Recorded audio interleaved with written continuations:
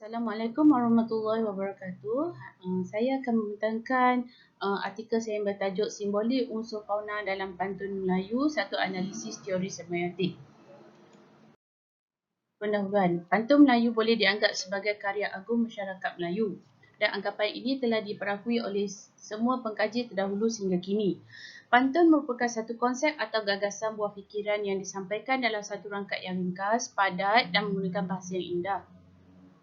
Menurut Izzah, pantun merupakan pengalaman hidup masyarakat sepanjang kehidupan mereka yang diterjemahkan melalui simbol dalam citra dunia luas. Penjelasan makna dan citra yang terangkan dalam pantun Melayu melalui unsur flora dan fauna memperlihatkan keindahan seni budaya dalam kalangan masyarakat Melayu. Penggunaan unsur fauna sering digunakan sebagai simbol, kiasan atau pelambangan untuk menyampaikan mesej dalam menjalani kehidupan seharian. Sama ada haiwan yang diternak atau haiwan liar, ia menjadi cetusan idea dalam penghasilan pantun. Justru kajian ini akan meneliti simbolik unsur fauna yang terdapat dalam pantun Melayu.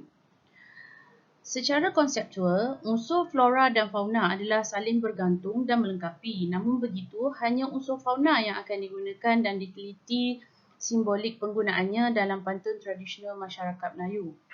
Objektif kajian ini adalah untuk mengenal pasti unsur fauna dan mengkaji simbolik penggunaan unsur fauna yang terdapat dalam pantun Melayu.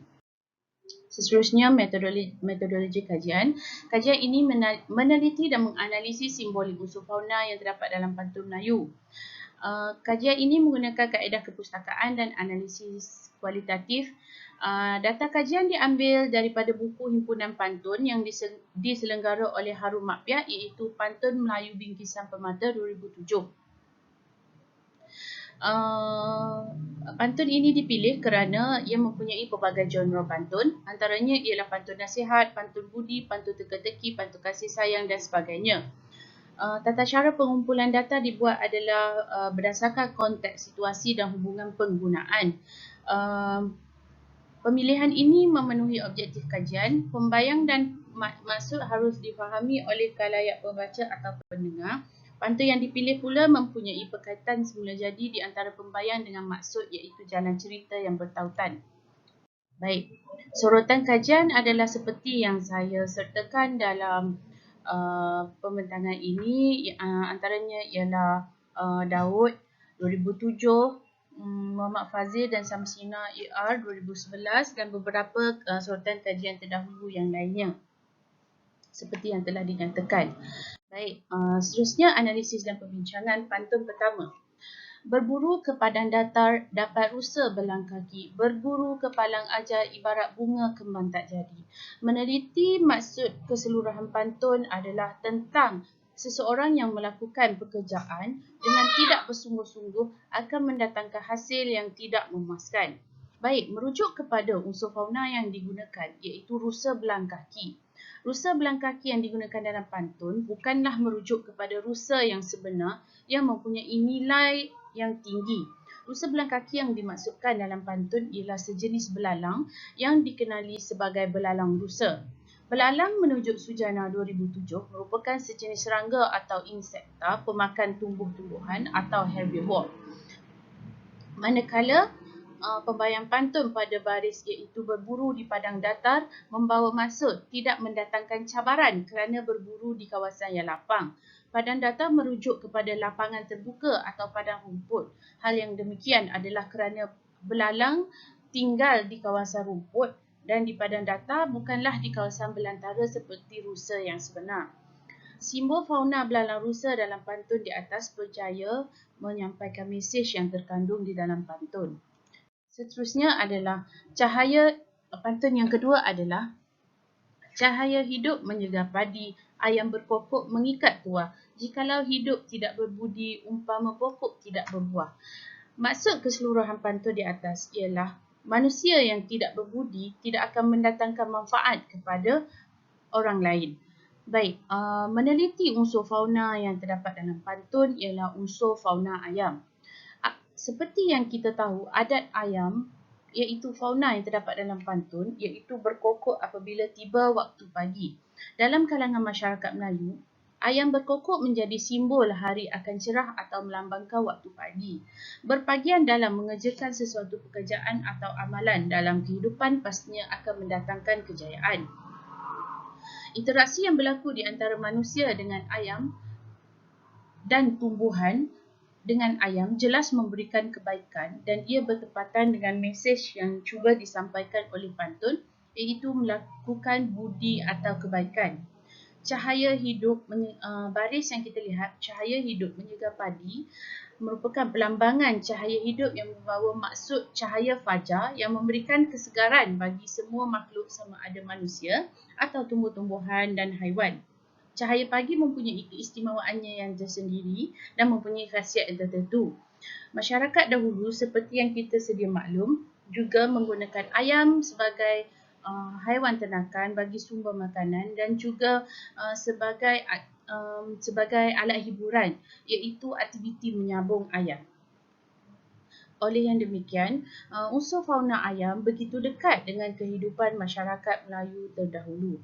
Seterusnya, dapatan yang ketiga ialah unsur fauna burung merpati.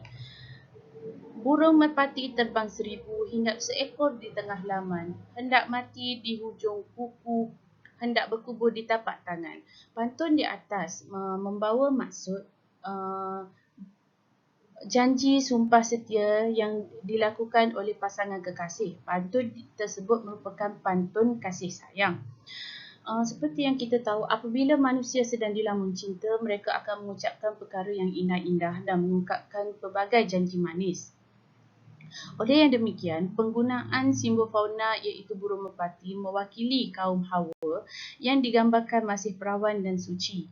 Kesucian seorang gadis dilambangkan dengan warna putih burung merpati tersebut. Kamus Dewan edisi keempat mendefinisikan merpati sebagai sejenis burung dara dan sering digunakan sebagai kiasan kepada perempuan yang senang diperdaya, tetapi sebenarnya tidak.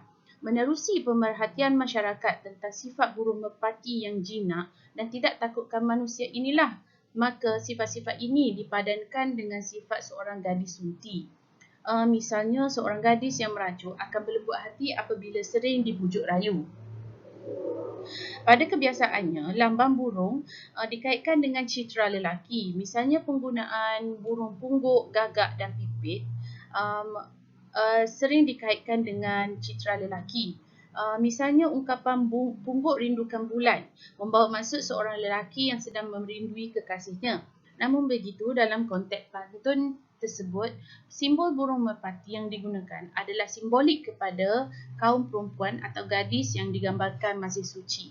Seterusnya, anak ayam disambar helang. Dari 6 tinggallah 5. Harimau mati meninggalkan belang. Manusia mati meninggalkan 6. Unsur fauna maksud pantun tersebut ialah menceritakan tentang kebaikan atau keburukan seseorang yang akan dikenang sampai bila-bila walaupun orang tersebut telah meninggal dunia. Baik, unsur fauna harimau dalam pantun di atas merupakan satu simbol kekuatan, keberanian dan sebagai simbol binatang yang garang. Walau bagaimanapun, harimau yang telah mati meninggalkan belang yang masih lagi digeruni oleh masyarakat. Menurut Abdullah Hussein 1997, dalam kalangan masyarakat Melayu, harimau sangat terkenal dengan sifat buas dan berani. Persepsi masyarakat Melayu mengenai harimau dapat dilihat sebagai simbol kekuasaan, kejahatan, berbahaya, kepahlawanan dan keberanian. Justru perilaku manusia dikaitkan dengan sifat-sifat dan citra yang terdapat pada harimau ditonjolkan dalam penghasilan pantun. Masyarakat zaman dahulu amat terdedah dengan alam sekitar. Masyarakat Melayu dahulu mengutip pengamatan dan pengalaman sewaktu berburu atau mengutip hasil hutan dan diterapkan kepada citra manusia yang mempunyai kekuatan, kekuasaan, berbahaya, berani dan bertaraf tinggi. Memetik pendapat Harun Makpiah 1996, pantun merupakan hasil kreativiti yang berjaya merakam realiti manusia dan alam, manakala realiti alam, pemikiran dan pengalaman pula penyebab terhasilnya sesebuah karya yang digelar pantun. Kesimpulannya, tuntasnya, Penggunaan unsur fauna dalam pantun Melayu mempunyai simboliknya yang tersendiri. Sifat dan perilaku yang terdapat pada fauna berjaya diterapkan kepada sifat dan perilaku manusia.